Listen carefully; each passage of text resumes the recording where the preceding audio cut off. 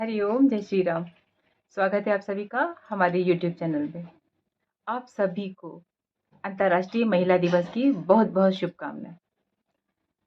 क्या आपने कभी सोचा, यदि आप एक महिला हैं तो सोचिए कि आपको, हमको या हम सबको इस दिन की आवश्यकता क्यों पड़ी। जो ये होड़ है ना, हम सब के अंदर एक होड़ मची हुई है महिला और पुरुष की बराबरी की। कम से कम हमारे यहाँ, भारत की हम बात करें, कम से कम हमारे यहाँ जहाँ एक वैदिक संस्कृति, सनातन धर्म का प्रचलन है लगभग सभी स्थितियों में, उसमें तो इस होड़ की आवश्यकता नहीं होनी थी, क्योंकि महिलाएं, स्त्रियां सदैव से पुरुषों से ऊपर है। परंतु ये होड़ किस लिए? होड़ इसलिए, समानता की होड़, ऊंचाई से नीचे गिरने की होड़ है ये तो।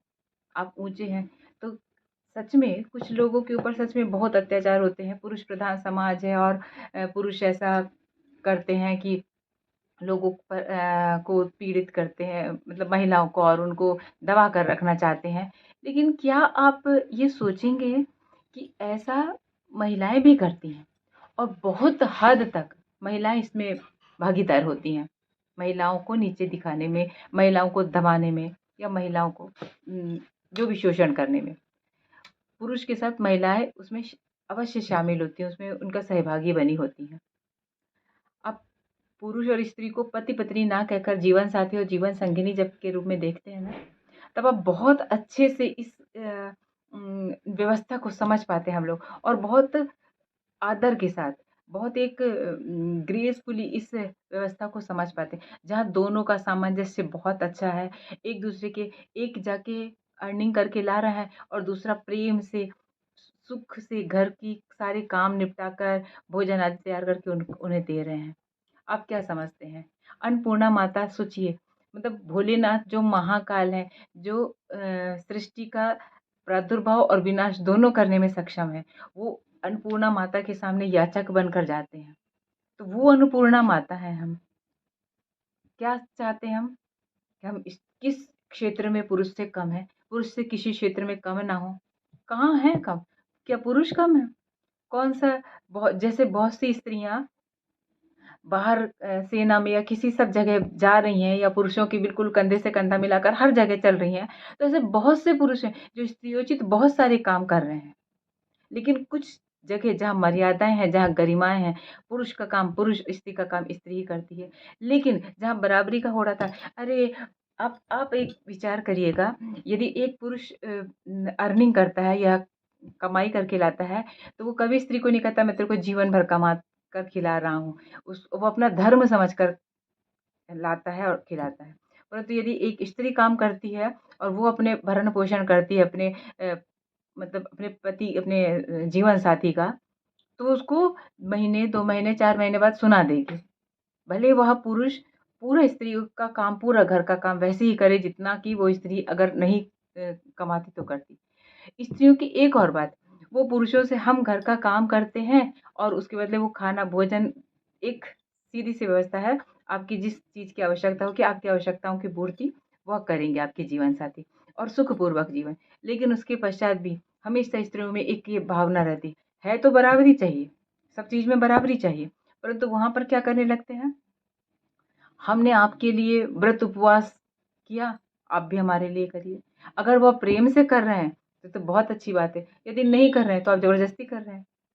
मतलब आप अपने बदले, या अपने सुख के, सुख क्या बोलें, अपने देह, मतलब देह बना लिया अपने आप को आपने। हमको प्रथम रात्रि या फर्स्ट नाइट का कुछ गिफ्ट चाहिए, हमको पहली तीज, पहली होली, पहली दीपावली, पहली ये तीज, कौन सा करवा चौथ, सबका कुछ ना कुछ गिफ्ट चाहिए। क्या है? हम रानी लक्ष्मीबाई तो बन सकते, कि हम रानी लक्ष्मीबाई बन के अपने बच्चे को कमर में बांध के बाइक चला के, गाड़ी चला के बाहर निकल जाए, घूम कर आ जाए, शॉपिंग कर कर आ जाए, बहुत अच्छे से बन जाएगा। मगर हम इतनी कोमलांगी हैं कि हम तो एक बकेट भी उठा के, भरी हुई बकेट उठा के यहाँ से वहाँ नहीं रख सकते। किस क्षेत्र में बराबरी कर रहे हैं? रानी लक्ष्मीबाई की बराबरी करनी है तो जब तक उनके पति थे, वो घर में, घर को संभाल रही थी हर तरफ से। एक माँ का कर्तव्य, एक पत्नी का कर्तव्य, एक जैसा होना चाहिए वैसा सब संभाल रही थी। और जब आवश्यकता पड़ी तो घर के साथ उन्हें बाहर का भी संभाला। ऐसे बहुत से उदाहरण मिल जाएंगे। माता सीता को, ये वो माता सीता है जो बचपन में शिव जी का धनुष ऐसे उठा लेती हैं बिना किसी उसके, लेकिन हमेशा श्री राम जी के अनुगामी बन के चली। तो क्या ये छोटी स्त्रियां थी? सीता माता का व्यक्तित्व ही अलग। जब सीता माता के विषय में अकेले से पढ़ा जाता है, उनकी पुस्तकें, उनके बारे में भी, उनके विषय में बहुत सी पुस्तकें लिखी गई हैं कि उनकी विषय की जब पढ़ा जाता है, तब राधा जी के विषय में जब पढ़ा जाता है, जब रुक्मिणी जी के विषय में पढ़ा जाता है, द्रौपदी के विषय में जब पढ़ें आप, द्रौपदी जी की, क्या कोई ऐसा ही स्त्री को श्री कृष्ण अपनी सखी बना लेंगे? बहुत गुणों वाली थी द्रौपदी। उन्हें उनके विषय में तो देखिए स्त्रियां हैं क्या, उनका स्वरूप क्या है। स्त्री सशक्तिकरण की बात कर रहे हैं, आप अपने आप में सशक्त होइए, अपनी धारणाओं को बनाइए, परंतु जहां आवश्यकता है, जहां पर मतलब नहीं है, वहां मत आगे होइए। कुछ क्षेत्र हैं आपका अपना अस्तित्व अवश्य है, मगर आपके जो ओरिजिनलिटी है, जो आपकी सुंदरता है, आंतरिक सुंदरता, वो किस चीज में है? ये प्रश्न हम आपके लिए छोड़ते हैं। आप कहाँ पर इस चीज को, अपने आप को देखते हैं? कृपया जो भी आप समझें कमेंट में अवश्य लिखिएगा। आप सभी को बहुत बहुत शुभकामनाएं। जय श्री राम।